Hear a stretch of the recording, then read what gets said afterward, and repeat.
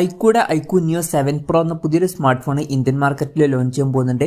ഈ ഒരു ഫോണിന്റെ ഇന്ത്യയിലെ ലോഞ്ച് ഡേറ്റ് ഇപ്പം ഒഫീഷ്യലായിട്ട് തന്നെ കൺഫേം ആയിട്ടുണ്ട്.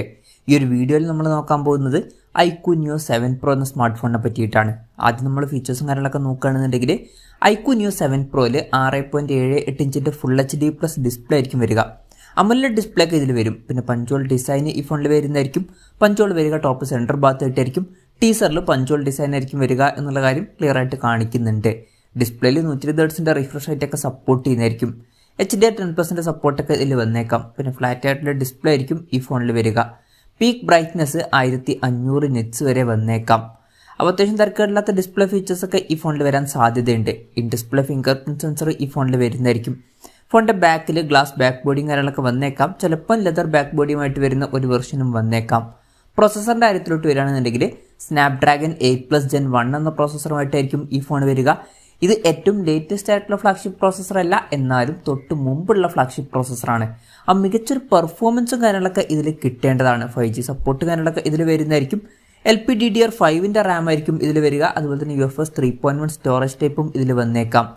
IR ബ്ലാസ്റ്റർ എന്നുള്ള ഫീച്ചർ ഇതിൽ വരുന്നതായിരിക്കും. അപ്പം ഈ ഫോൺ റിമോട്ടൊക്കെ ആയിട്ട് യൂസ് ചെയ്യാൻ കഴിയേണ്ടതാണ്. ഫോൺ വിട്ടെന്നിട്ടാതിരിക്കാൻ വേണ്ടിയിട്ട് വേപ്പർ ചേമ്പർ കൂളിംഗ് പോലുള്ള ഫീച്ചേഴ്സൊക്കെ വന്നേക്കാം. സ്റ്റീരിയോ സ്പീക്കേഴ്സ് ഈ ഫോണിൽ വരുന്നതായിരിക്കും. ഹൈറസ് ഓഡിയോയുടെ സൗണ്ടൊക്കെ സപ്പോർട്ട് ചെയ്യുന്നതായിരിക്കും. Android 13 ബേസ് ആയിട്ടുള്ള ഒറിജിൻ OS സോഫ്റ്റ്വെയർ ആയിരിക്കും ഈ ഫോണിൽ വരിക. ക്യാമറയുടെ കാര്യം പറയുകയാണെന്നുണ്ടെങ്കിൽ ഫോണിൻ്റെ പിന്നിൽ ട്രിപ്പിൾ ക്യാമറ സെറ്റപ്പ് വരാനാണ് സാധ്യത. 50 MP മെയിൻ ക്യാമറ സെൻസർ ഈ ഫോണിൽ വന്നേക്കാം. ഇത് സാംസങ് GN5 സെൻസർ ആയിരിക്കും. പിന്നെ ഇതിൽ OS എന്നുള്ള ഫീച്ചറും സപ്പോർട്ട് ചെയ്യുന്നതായിരിക്കും.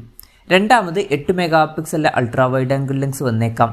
മൂന്നാമത് 2 MP ഒരു മാക്രോ ലെൻസും വരുന്നതായിരിക്കും. ഫ്രണ്ടിൽ 16 MP സെൽഫി ക്യാമറ ആയിരിക്കും വരിക. അപ്പം അത്യാവശ്യം തിരക്കേടില്ലാത്തൊരു ക്യാമറ സെറ്റപ്പും ഈ ഒരു ഫോണിൽ വന്നേക്കാം.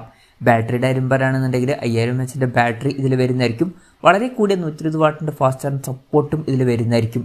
Type C ചാർജിംഗ് പോർട്ടുമായിട്ടായിരിക്കും ഈ ഒരു സ്മാർട്ട് ഫോൺ വരിക. അപ്പം അത്യാവശ്യം നല്ലൊരു ബാറ്ററി സെറ്റപ്പും ഈ ഫോണിൽ വരുന്നതായിരിക്കും. അപ്പം ഇതൊക്കെയാണ് ഫീച്ചേഴ്സിനെ പറ്റി പറയാനുള്ള കാര്യങ്ങൾ. ഇനി ഇന്ത്യയിലെ ലോഞ്ച് ഡേറ്റിൻ്റെ കാര്യം പറയുകയാണെന്നുണ്ടെങ്കിൽ ജൂലൈ 4 ഈ സ്മാർട്ട് ഫോൺ ഇന്ത്യൻ മാർക്കറ്റിൽ ലോഞ്ച് ചെയ്യാൻ പോകുന്നത്.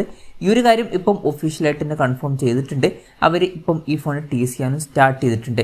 പറയേണ്ട മറ്റൊരു കാര്യം, മുമ്പ് ചൈനീസ് മാർക്കറ്റിൽ Iqoo Neo 7 റേസിംഗ് എഡിഷൻ എന്നുള്ളൊരു സ്മാർട്ട് ഫോൺ ലോഞ്ച് ചെയ്തിട്ടുണ്ടായിരുന്നു. ഈ ഒരു Iqoo Neo 7 Pro എന്നുള്ള സ്മാർട്ട് ഫോൺ ആ ഒരു ഫോണിൻ്റെ ഒരു റീബ്രാൻഡഡ് വെർഷൻ ആയിരിക്കുമെന്നാണ് ഇപ്പോഴുള്ള റിപ്പോർട്ടുകൾ പറയുന്നത്. Iqoo Neo 7 റേസിംഗ് എഡിഷൻ എന്നുള്ള സ്മാർട്ട് ഫോൺ ചൈനീസ് മാർക്കറ്റിലെ ഏകദേശം 33,300 രൂപ പ്രൈസ് റേഞ്ചിലായിട്ടാണ് ലോഞ്ച് ചെയ്തിട്ടുള്ളത്.